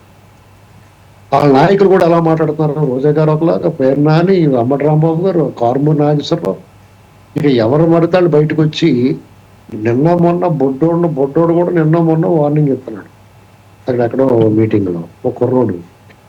ఇలాంటివి అన్ని చూస్తుంటే మరి వాళ్ళని చూసి అతను ధీమా, నాకు ఇంకా 39.8% ఓటింగ్ ఉంది అని ఇలాంటి మాటలు మాట్లాడుతున్నాడు. అంటే మీకు మార్పు ఎవరిలో రావాలి? ఈ జనంలో రావాలి. కనీసం నీ పక్కాడి గురించి ఆలోచించాలి. వాళ్ళ కులాల మీద దాడి చేయమంటారు, ఆ కులంలో నీ ఫ్రెండ్స్ ఎవరు ఉన్నారో చూసుకోవాలి, నీ సన్నిహితులు ఉంటారు, స్నేహితులు ఉంటారు, అలాగే ప్రాంతం మీద దాడి చేయమంటారు. ఇదంతా ఒకటే ప్రాంతం రావు, మనందరం తెలుగు వాళ్ళు ఉండరా బాబు, మనందరం ఆంధ్ర వాళ్ళు ఉండాలని ఆలోచన రావాలి. ఇది పూర్తిగా మృగ్యమైపోయిందండి, ఎవరిలోనూ ఆలోచన లేదు. ఇది ఆడి పెట్టుబడి, ఇది అతనికి అవకాశం. ఎందుకంటే ఒక ఫేక్ ప్రచారం చేస్తారు, దాన్ని ఎస్టాబ్లిష్ చేసి ఫేక్ ప్రచారం చేసి దాన్ని పదే పదే చెప్తారు. దాన్ని ఎవరికి వాళ్ళు ప్రతి ఒక్కళ్ళను జగన్ అభిమానించే ప్రతి ఒక్కళ్ళను ఒక జగన్ ఉంటాడు. ఆ పైశాచిక మనస్తత్వం ఉంటుంది, ఆ లైక్ మైండెడ్ కాబట్టి అతని దగ్గర చేరుతా ఉన్నాడు. ఈ మార్పు రానంతకాలం మనమే ఏం చేయాలంటే కరోనా వచ్చిన వాళ్ళు క్వారంటైన్ ఎలా చేసామో ఈ టైపు జగన్ వైరస్ సోకిన వాళ్ళందరినీ కూడా మనం క్వారంటైన్ చేసినట్టుగా మనం దూరంగా ఉండాలి. వాళ్ళకి వాళ్ళు ఎదురు పడితే కళ్ళు మూసేసుకోవాలి. అప్పటికైనా వాళ్ళు ఏమైనా మార్పు వస్తుందేమో గమనించాలి. లేదంటే ఎంత ఎన్ని చెప్పుకున్నా అతనికి నేను మళ్ళీ వస్తాననేటువంటి మాట నిజంగా చచ్చిన రాడు అతను. ఎందుకు రాడంటే అతనంటే ప్రజలు భయపడి అతను వద్దనుకున్నారు. అంటే అవినీతి చేసాడు, అరాచకం చేసాడు, దుర్మార్గం చేసాడు, ఇతను సరిగ్గా పరిపాలన చేయలేదు, అభివృద్ధి లేదనే దానికంటే కూడా అతనంటే ఉన్న భయాందోళనల వల్ల అతను వద్దనుకున్నారు. అయినా సరే ఆ భయాందోళనలు తగ్గించే ప్రయత్నం అతను చేయడు. ఈ కూటమి ప్రభుత్వం కూడా చేయట్లేదు. ఇప్పుడు అతనంటే ఉన్న భయాన్ని జగన్మోహన్ రెడ్డి అన్న తొలగించుకోవాలి, లేదా కూటమి ప్రభుత్వాన్ని తొలగించాలి. వీళ్ళిద్దరు కూడా తొలగించట్లేదు. ఎందుకంటే ఎవరి అవకాశం ఎవరి బెనిఫిట్ అనుకుంది. ఎందుకంటే జగన్మోహన్ రెడ్డి అన్న తన వల్ల భయం పోకపోతే అవతల ప్రత్యర్థి పార్టీ వాళ్ళు భయపడి తనకు దాసోహం అంటారని జగన్మోహన్ రెడ్డి ఆలోచన. ఈ కూటమి ప్రభుత్వం ఆలోచన ఏంటంటే జగన్ రెడ్డి మీద ఉన్న భయం అలాగే ఉంటే కనుక ఇక సత్యనాథన్ జీవితంలో ఓటేరు, మందే రాజ్యం, ఒక 20 ఏళ్ళు 30 ఏళ్ళు నీళ్ళు అనుకో. కానీ ఈ రెండు పక్షాలు కూడా ప్రజలు ఎమోషన్ తోటి ఆడుకుంటున్నాయి, వాళ్ళు ఎమోషనల్ బ్లాక్మెయిల్ చేస్తున్నాయి అని నేను అనుకుంటున్నాను. ఎందుకంటే ఇప్పుడున్న ప్రస్తుత పరిస్థితుల్లో మీరు చూడండి, నేను ఇది ఒక్క నిమిషం నాకు అవకాశం ఉండే చెప్తాను, మిత్రులు జాగ్రత్త ఆలోచించండి. ఎందుకంటే రాష్ట్రంలో సోషల్ మీడియాను పక్కన పెడితే ప్రధాన నాయకులు, ప్రజా జీవితంలో ఉన్న నాయకులు మాట్లాడే తీరు చూడండి. జనసేన పార్టీ కానీ, టీడీపీ కానీ, బీజేపీ వాళ్ళ నాయకులు మాట్లాడే మాటలు చూడండి. జగన్మోహన్ రెడ్డి వాళ్ళ నాయకులు అనులయులు మాట్లాడే మాటలు చూడండి. రోజా గారు ఏం మాట్లాడుతున్నారు, ఆవిడ తిరిగి ఏ రకంగా కేసు పెడుతున్నారు, ఏ రకంగా బెదిరిస్తున్నారు, తిరిగి ఆవిడ ఎవరన్నా ఏదైనా అంటే ఏ రకంగా విలపిస్తున్నారో, విలపించి తిరిగి వీళ్ళ మీద ఆరోపణలు చేస్తారు. భానుప్రకాష్ రెడ్డి గారి గురించే మాట్లాడేది రోజా గారు. తర్వాత గాలికి వచ్చారు, గాలినా కొడుకులు అనేటువంటి మాట కూడా మాట్లాడుతారండి. పేరు నాని గారు వాళ్ళ బియ్యం అక్రమ రవాణాకు సంబంధించిన గోడౌన్ కేసులో వాళ్ళ మిస్సెస్ మీద కేసు ఉంటే స్వయంగా నాని చెప్పాడు, చంద్రబాబు నాయుడు గారు సహృదయుడు, ఆడవాళ్ళ జోలికి వెళ్ళొద్దు అంటాడు, అది పెద్ద మనిషి అని చెప్పిన ఆయన నా ఇంటికి పేకలేరు అన్నాడు. తిరిగి నువ్వు ముసలోడు ఎన్నాళ్ళు ఉంటావని మాట, లోకేష్ గారిని ఆడియో అని మాట. అలాగే ప్రతి ఒక్కళ్ళు కూడా అంటే ఇది ఎవరిని బాధిస్తుందంటే ఖచ్చితంగా ఆయా పార్టీల నాయకుల తాలూకు అభిమానులు, సానుభూతి పరులు, ఆ పార్టీ కార్యకర్తలు అందరినీ బాధిస్తుందండి. పవన్ కళ్యాణ్ గారిని ఏదైనా మాట అంటే వాళ్ళ అభిమానులు గాయపడతారు, వాళ్ళందరూ బాధపడతారు. మాలాంటి వాళ్ళు కూడా బాధపడ్డాం. పోసాని కృష్ణమురళి నోటుకు వచ్చినట్టు మాట్లాడినాడు, అరే ఎందుకు ఇలా మాట్లాడుతున్నాడు అతను, ఇది ఏం పోయే కాలం రైట్కి ఎలా మాట్లాడుతున్నాడు అనుకున్నాం. ఇది డెఫినెట్ గా ఇలా గాయపరిచి ఎవరిచ్చారండి? ఆ గాయపరుస్తున్న వాళ్ళు అదుపు చేయని వాళ్ళని ఏమనాలి మనం? ఇది నాకు ఈ విషయంలో కూటమి ప్రభుత్వం పట్ల నా వైఖరి భిన్నంగా ఉంది. ఖచ్చితంగా వాళ్ళు సమర్థించాం, వాళ్ళు సపోర్ట్ చేసాం, రాష్ట్రం బాగుండాలి, అభివృద్ధి చెందాలి. కూటమి చంద్రబాబు నాయుడు గారు, పవన్ కళ్యాణ్ గారు అయితేనే బాగుంటది, వాళ్ళకి మోడీ గారు సహకరిస్తే రాష్ట్రం తిరిగి ఉండదని అనుకున్నాం, లాండ్ ఆర్డర్ ఉంటుంది అనుకున్నాం. లాండ్ ఆర్డర్ ఎక్కడ ఉందంటే హోమ్ మినిస్టర్ గారి పర్యటన ఒక అలగాజనం అలరితే రద్దు చేసుకుందంటే అక్కడ లాండ్ ఆర్డర్ ఏమున్నట్టండి, ఏం అదుపు చేస్తున్నట్టండి? మీరు 1000 కోట్లు 100 కోట్లు 1,00,000 కోట్లు మీరు పెట్టుబడి తీసుకొచ్చి ఉపాధి కల్పిస్తే కూడా ఈ బ్లేడ్ బ్యాచ్ను సంస్కరించలేరు. మీరు చేయాల్సింది ఏంటంటే వీళ్ళ పట్ల కఠినంగా వ్యవహరించకపోతే వాళ్ళ మార్పు రాదు. మీరు అయ్యా బాబు అని చెప్పినప్పుడు మంచివాడు, బుద్ధిమంతుడు, వివేకవంతుడు, విజ్ఞానవంతుడు వింటాడు. ఇంకొంచెం మారాన్ చేసి వాడికి మరింత స్వరం పెంచి చెప్తే వింటారు. ఈ రకమైన కఠినమైన పైశాచిక మనస్తత్వం ఉన్న ఉద్దేశపూర్వకంగా దాడులకు పురుగొల్పబడుతున్న వ్యక్తులు మీరు ఎవరి మాట వింటారు? దండం ముడ్డి పగిలితేనే మాట వింటారన్నాడు. వాళ్ళు ఎందుకు మీరు అదుపు చేయలేకపోతున్నారు? ఒక ఘన చరిత్ర ఉంది చంద్రబాబు నాయుడు గారు. హైదరాబాద్ లో కమ్యూనల్ రైట్స్ వస్తే దాన్ని ఉక్కు పాదంతో అణిచివేశాడు ఆయన. సీమలో ఫ్యాక్షన్ ముఠాలన్నిటిని కనుమరుగు చేసేసాడు ఆయన. పరస్పర ప్రత్యర్థులు నరుక్కుంటాం, చంపుకుంటాం అన్న వాళ్ళని ఏకం చేసి ఒకే పార్టీలో తీసుకొచ్చాడు ఆయన. ఒక రికార్డు. అలాగే రౌడీయిజాన్ని అసలు నామరూపం లేకుండా మీకు రౌడీ అన్నవాడు సామాన్యుడు కూడా వెళ్ళి ముఖం పగలగొట్టేలా చేశాడు ఆయన. ఒక ఆఫీసరు సీతారామాంజనేయులు పేరు వచ్చింది ఎప్పుడు అనుకుంటున్నారు అతనికి? అతను జగన్ ముఠాలో చేరిపోయాడు. కానీ వైఎస్ రాజశేఖర్ వచ్చిన తర్వాత అతను గుంటూరు జిల్లా ఎస్పీగా ఉండగా అక్కడ సాక్షాత్తు మాచర్ల ఎమ్మెల్యేగా దుర్గాంబ గారు కొడుకు ఇప్పుడు ఎమ్మెల్యేగా ఉన్న బ్రహ్మారెడ్డి గారిని ఎర్రగొట్టేసాడు. అతను రూలింగ్ పార్టీ ఎమ్మెల్యే కొడుకు అతను. అంటే అంత కఠినంగా వ్యవహరించిన పార్టీ నాయకులు ఇవాళ అలా కళ్ళు నోరు వదిలే చూడటం అనేటువంటిది నాకు సహించలేకపోతుంది. నేను ఎందుకంటే గత నుంచి చూసి కొంతమంది పిల్లలు తెలియపోవచ్చు ఈ చరిత్ర. అది ఎందుకు ఇలా జరుగుతుంది, ఎందుకని ఇలాగ ఆగుతున్నారు? జగన్మోహన్ రెడ్డి అతను మాట్లాడే మాటలు చూడండి ఎంత నిన్న మొన్న ప్రెస్ మీట్ పెట్టి అతను హయాంలో చేసిన అరాచకాలన్నీ వీళ్ళు చేస్తున్నారు ఇప్పుడు అన్నట్టు చెప్తున్నాడు. అతను ఆ పరిధికి అంత పచ్చబద్ధాలు ఎలా మాట్లాడగలుగుతున్నాడు? సిగ్గు లేదా? నిన్న రైతులు కూడా తిరగబడ్డ సందర్భం చూసాం సార్. నిన్న రైతులు కూడా తిరగబడ్డారు. పొగాకు రైతులకి సంబంధించి వాళ్ళు మీరు అవాస్తవాలు ప్రచారం చేస్తున్నారు సాక్షి మీడియాకి సంబంధించి అని చెప్పి రైతులు కూడా తిరగబడిన సందర్భం చూసాం మనం. వీళ్ళు ఏం చెప్తున్నారు? ప్రజల్లో మార్పు రావాలి, ప్రజల్లో చైతన్యం ఎప్పుడు వచ్చిందండి? 2024 మే 13 ప్రజల్లో చైతన్యం చూసాము. ఒక తీర్పు ఇచ్చారు. ఆ తీర్పు రిజర్వ్ చేసి జూన్ 4వ తారీఖున ప్రకటించారు. ఆ ప్రజల తీర్పును, ప్రజల మనోభావాలు గౌరవించవలసిన బాధ్యత ఇప్పుడున్న అధికార పక్షానికి ప్రతిపక్షానికి కూడా ఉంది కదా. వాళ్ళ బాధ్యత మనిషి వ్యవహరించడం అనేటువంటిది తగదు. మీరు బ్రహ్మాండంగా అభివృద్ధి చేస్తారు, నో డౌట్. మీరు భవిష్యత్తుకి భరోసా ఇస్తారు, కల్పిస్తారు. ఇవన్నీ జరగాలంటే ఈ కట్ల పోవలు మీకు అడ్డం పడకూడదు కదా. రైట్ అజయ్ గారు, ఇప్పుడు సార్ చెప్పిన దాంట్లో చాలా వాస్తవం ఉంది. ఎందుకంటే రూల్ ఆఫ్ లా అనేది అందరికీ సమానం అంటున్నప్పటికీ కూడా అది జరగట్లేదు. నిన్న ద్వారంపూడి చంద్రశేఖర్ గారు అక్కడ ట్యాక్స్, వాటర్కి సంబంధించి ట్యాక్స్ పే చేయకుండా 11 సంవత్సరాల నుంచి ఆయన పే చేయట్లేదు. అదే సామాన్య వ్యక్తులు పే చేయకపోతే ఇప్పటి వరకు ఊరుకుంటారా? పెద్దవాళ్ళకి ఏమీ అవ్వదు అని చెప్పి ఒక భావన అనేది ప్రజల్లో కూడా రావడం జరిగింది. అలా కాదు అని చెప్పి తీసుకురావాల్సిన, దాని నుంచి బయటికి తీసుకురావాల్సిన పరిస్థితి అయితే కూటమి ప్రభుత్వం మీద ఉంది. ఏమంటారు? ఇప్పుడు పెద్దలు ఏదైతే శ్రీనివాసరావు గారు చెప్పారో అది ముమ్మాటికి వాస్తవం భువన గారు. ఎందుకంటే ప్రజలు ఈ రోజు మనకి ఎందుకు అవకాశం ఇచ్చారు కూటమి ప్రభుత్వానికి అంటే, మనం ఏదో పథకాలు ఇస్తున్నామనో లేకుంటే మనం చెప్పిన పథకాలకో లేకుంటే ఇంకో దానికో ఆశపడి ప్రజలు మనకు ఓటు వేయాల. మనం ఈ రాష్ట్రంలో ప్రాణాలతో బ్రతికుంటే చాలరా, మన భావితరాలు కూడా బ్రతికుండాలి, ఈ రాష్ట్రం బాగుండాలి, కాబట్టి జగన్ వంటి సైకో ఈ రాష్ట్రంలో ఉండకూడదన్న ఒక ఆలోచనకి ప్రజలందరికీ వచ్చారు. ఆ భావంతో, ఆ ఐకమత్యంతో ఆ రోజు ప్రజలందరూ ముందుకు వచ్చి ఓటు వేశారు. కానీ లేకుంటే మనం ఏదో పథకాలు ఇస్తామని కదా, పథకాలకు ఆశపడితే ప్రజలు ఓట్లు వేయలేదు భువన గారు. మనం కూడా అధికారంలోకి రాకముందు ఏం చెప్పామంటే, జగన్ చేసిన అరాచకాలన్నీ కూడా ప్రతిరోజు ప్రజలకు వివరించాం. మనం అధికారంలోకి వచ్చిన తర్వాత జగన్ చేసిన అరాచకాలతో పాటు జగన్ ఏదైతే ప్రజలను ఇబ్బంది పెట్టాడో, ఎవరెవరైతే ఇంకా జగన్ చుట్టూ ఉన్నారో వాళ్ళందరికీ కూడా తగిన శిక్ష వేస్తాం, వాళ్ళకి భయం అంటే ఎలా ఉంటుందో చూపిస్తాం. ఆ రోజు మనం అనేకమైన మాటలు మాట్లాడాం.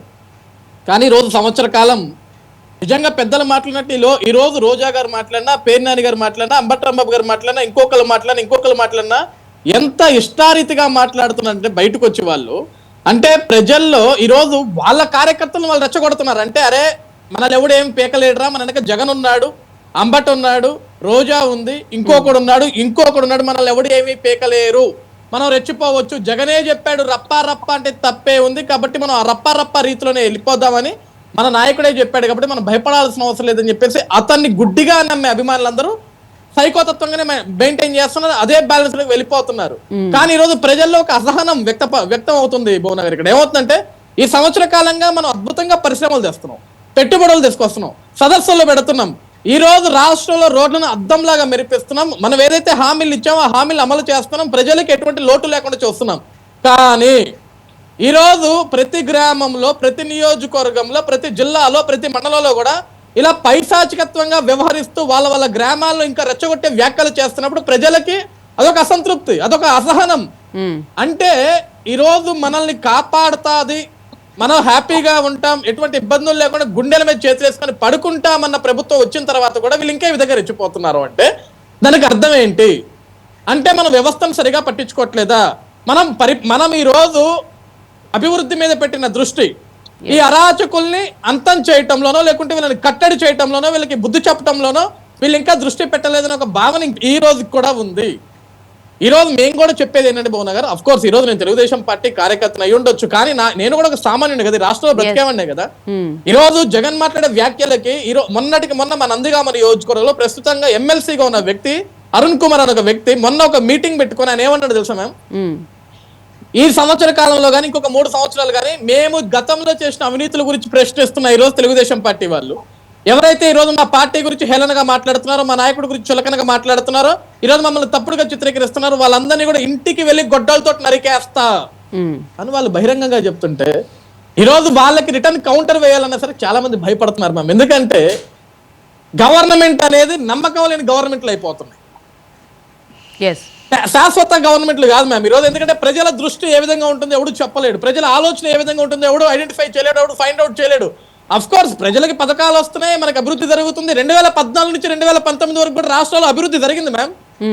పథకాలు ఇచ్చాం మ్యామ్, ఎక్కడ అవినీతి చేయలేదు, పరిశ్రమలు వచ్చాయి, పెట్టుబడులు వచ్చాయి, ఉద్యోగాలు వచ్చాయి, రోడ్లు వేసాం, నిర్మాణాలు చేశాం. 16,000 కోట్ల లోటు బడ్జెట్ ఉన్న రాష్ట్రాన్ని అద్భుతంగా ముందుకు పరుగులు పెట్టించాం. హుదూద్ వంటి సైక్లాన్ వచ్చినా సరే వాటిని తట్టుకొని నిలబడ్డాం. వాటన్నిటిని ఒకే ఒక్క ఛాన్స్ కూల్ చేసిందండి. కానీ ప్రజల ఆలోచన ఏంటి? ఆ ఒక్క ఛాన్స్ అంటే ఒక ఆశ. ఈ రోజు చంద్రబాబు ఇచ్చే రూపాయి కంటే జగన్ వస్తే ఇంకో 10 రూపాయలు అదనంగా ఇస్తాడని ఒక ఆశతోటి ఆ రోజు ఆ నమ్మకం కూలిపోయింది. మనం భయాన్ని చూసాం. ఈ రోజు కూడా నేనేమన్నానంటే మనం 10 ఏళ్ళు ఉంటామా 20 ఏళ్ళు ఉంటామా, ఈ రోజు పవన్ కళ్యాణ్ గారు కానీ చంద్రబాబు గారు కానీ ఏం చెప్తారు, మనం కూటమి ఐకమత్యంగా ఉందాం, 10 ఏళ్ళు 30 ఏళ్ళు కలిసి ఉందామంటే మనం కలిసి ఉంటాం. మన ఇద్దరం కలిసి ఉంటే సరిపోదు కదా. ప్రజలు మన మీద ఒక నమ్మకాన్ని పెట్టుకోవాలి. ఈరోజు మనం చేస్తున్న అభివృద్ధి అద్భుతం, మనం చేస్తున్న పరిపాలన అద్భుతం, కానీ ఇలాంటి అరాచక శక్తులు ఈ రోజుకి రోడ్ల మీద సైకోల మాదిరి వీరవిహంగం చేస్తుంటే ప్రజలు బయటికి రావాలంటే భయపడుతున్నారు మ్యామ్.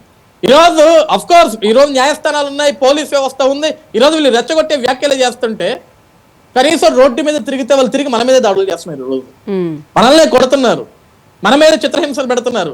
కానీ ఇక్కడ సేఫ్ జోన్ లో ఎవరుంటున్నారయ్యా అంటే నాయకులు. ఈ రోజు ఇబ్బంది పడుతుండేవాడా అంటే కార్యకర్త, వాడు ఏ పార్టీ అయినా కావచ్చు, వాడు ఏ పార్టీ అయినా కావచ్చు. బలిపశు కార్యకర్త అవుతాడా? నాయకులు బాగానే ఉంటారా?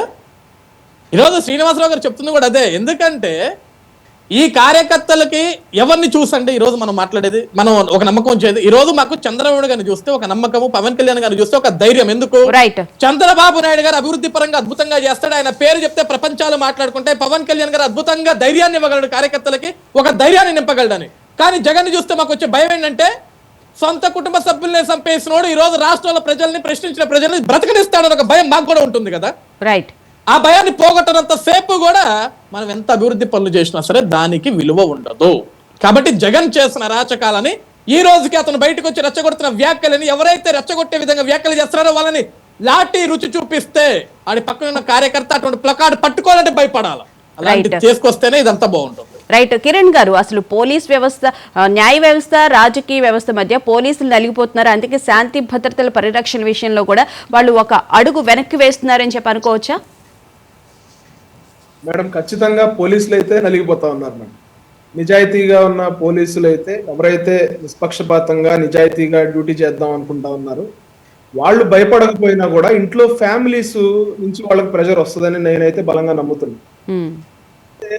ఇతను జగన్మోహన్ రెడ్డి గారు ఎట్లా బెదిరిస్తున్నాడంటే మీరు రిటైర్ అయిపోయినా కూడా వేరే దేశాల్లో ప్రశాంతంగా ఉన్నా కూడా మిమ్మల్ని మళ్ళీ పట్టుకుని లాక్కొస్తాను అంటే ఎట్లా ఉంటదంటే మేడం, వీళ్ళు నిజాయితీగా జగన్మోహన్ రెడ్డి గారు ఆ మాట అన్న తర్వాత చొక్కా పట్టుకుని లాక్కు రావాలని వాళ్ళకు ఉంటది. కానీ వాళ్ళకు కూడా కొంత క్రమశిక్షణ చర్యలు ఉంటాయి వాళ్ళ మీద. వాళ్ళు ఏమైనా చేసినా కూడా నుంచి ప్రెషర్ ఉంటుంది, వాళ్ళ హైయర్ అఫీషియల్స్ నుంచి ప్రెషర్ ఉంటుంది. ఎంతో మందిని కూటమి ప్రభుత్వం గత జగన్మోహన్ రెడ్డి గారి ప్రభుత్వంలో వాళ్ళకి కాంప్రమైజ్ అయిపోయిన వాళ్ళని చాలా మంది పక్కన పెట్టడం జరిగింది. కానీ ఈ రోజున మొన్న మన విజయవాడలో పోలీసు సంఘం అసోసియేషన్ వాళ్ళు చాలా గట్టిగా కౌంటర్ చేశారు జగన్మోహన్ రెడ్డి. మేము ఎవరికి కూడా తొత్తులుగా వ్యవహరించము, మేము రాజ్యాంగానికి కట్టుబడి ఉంటాం మేము. వాళ్ళు చాలా బలంగా కౌంటర్ చేయడం జరిగింది. దాన్ని కూడా మనం ఆహ్వానించాలి మేడం. కానీ జగన్మోహన్ రెడ్డి గారు ఇటువంటి బెదిరింపులు చేస్తున్నప్పుడు ఒక సామాన్యుడిగా నాకున్న డౌట్ ఏంటంటే ఆ బెదిరింపును కూడా ఒక కేసు కట్టి జగన్మోహన్ రెడ్డి గారి మీద ఎందుకు యాక్షన్ తీసుకోకూడదని చెప్పి నాలాంటి ఒక సామాన్యుడికి అనిపిస్తా ఉంటుంది. ఎందుకంటే ఈ రోజున మనం పోలీస్ స్టేషన్ ముందుకెళ్ళి ఒక కానిస్టేబుల్ని బెదిరిస్తే, లేకపోతే ఒక ఎస్ఐ స్థాయి వ్యక్తిని మనం బెదిరిస్తే ఒక సామాన్యుడికి ఎలాంటి ట్రీట్మెంట్ ఉంటుందో మనకు తెలుసు. అవును. జగన్మోహన్ రెడ్డి గారు పోలీస్ వ్యవస్థలో ఉన్న అధికారుల్ని, ఉన్నతాధికారుల్ని, మిమ్మల్ని అందరినీ మీ అంతు చూస్తాను, మీ చొక్కా బట్టి ఈడ్చుకొస్తాను, మీ బట్టలు ఓడదీస్తానంటే అతని మీద ఎందుకు కేసులు కట్టట్లేదు అనేది బయట సామాన్యులు కూడా చాలా మంది అడుగుతున్న పరిస్థితి. మేడం, మీరు తెలుగులో ఒక సామెత ఉంటుంది మేడం, మామూలు చేతితో ముట్టితే తగలదు, ఉంగరాలోడు ముట్టితేనే తగులుతుందని. లోడు ముట్టాలి. మనకి చంద్రబాబు నాయుడు గారి ట్రాక్ రికార్డు తెలుసు. ఆయన విజయవాడ లాంటి నగరంలో పెరేడ్ నిర్వహించారు రౌడీ షీటర్లతో. రౌడీ షీటర్లు అందరినీ బట్టలిప్పదీసి బందర్ రోడ్డులో పెరేడ్ నిర్వహించారు. ఆ సమయంలో సురేంద్ర బాబు గారు లాంటి కమిషనర్ గారు వాళ్ళని లేకుండా చేశారు విజయవాడ నగరంలో చాలా భయభ్రాంతులకు గురయ్యేవాళ్ళు ప్రజలు ప్రాంతాల్లో. కానీ చంద్రబాబు నాయుడు గారు ఆ టైంలో రౌడీయిజం అనేది లేకుండా చేసి, మొత్తం నామరూపాలు లేకుండా చేసి ఎక్కడో అలాంటి ఇన్స్పిరేషన్ సినిమాలు వస్తే ప్రజల్లో కూడా ఎంతో కొంత మార్పు వస్తుంది. అది కాకుండా ఎంతసేపు తిట్టుకోవడం, చేసుకోవడం, బూతుల పురాణాలే చూపిస్తూ ఉంటే ప్రజలు కూడా అదే ఆలోచిస్తూ ఉన్నారు. అదే చెప్తా ఉన్నాను మేడం. సినిమాలు కాదండి, చంద్రబాబు నాయుడు గారు ఏమైతే చేశారో దాన్నే సినిమాలుగా తీశారు. సినిమా వచ్చింది బాలకృష్ణ గారు, అందుకే చెప్పా. విజయవాడలో ఏం జరిగిందో దాన్నే సినిమాగా తీశారు. చెప్తా ఉన్నానంటే చంద్రబాబు నాయుడు గారికి ఒక ట్రాక్ రికార్డు ఉంది, పవన్ కళ్యాణ్ గారి దాంటి ధైర్యం ఆయనకి తోడుగా ఉంది. మాలాంటి కార్యకర్తలందరూ కూడా నిష్పక్షపాతంగా ఏమి ఆశించకుండా పనిచేసే కార్యకర్తలు లక్షలాదిగా వాళ్ళ వెనకాల ఉన్నారు. ఖచ్చితంగా చంద్రబాబు నాయుడు గారు ఇలాంటి దుష్ట శక్తుల్ని, అరాచక శక్తుల్ని సమాజంలోంచి తీసేస్తారని చెప్పి మాకైతే బలమైన నమ్మకం ఉంది. ఖచ్చితంగా మనం ఒకటైతే ఎక్స్పెక్ట్ చేయొచ్చు, 4 years వాళ్ళకు ఒక టెంప్లెట్ ఉంది, స్టాండర్డ్ టెంప్లెట్ ఉంది. వాళ్ళు ఎన్ని అరాచకాలు చేసినా, దాన్ని మనం ఎన్ని బయట పెట్టినా కూడా మమ్మల్ని కక్షపూరితంగా మా మీద కేసులు పెడతా ఉన్నారు, మా మీద రెడ్ బుక్ రాజ్యాంగం అమలు చేస్తా ఉన్నారు, మమ్మల్ని ఇబ్బంది పెడతా ఉన్నారు అనేది ఒక స్టాండర్డ్ టెంప్లెట్ అయితే వాళ్ళైతే చెప్తా ఉంటారు. నమ్మే పరిస్థితి లేదు. Jaganmohan Reddy right. Thank you so much Kiran garu, thank you so much Srinivas garu, thank you so much Ajay garu డిబేట్లో పాల్గొన్నందుకు. సో మొత్తం మీద లిక్కర్ స్కామ్కి సంబంధించి అయితే ఈ రోజు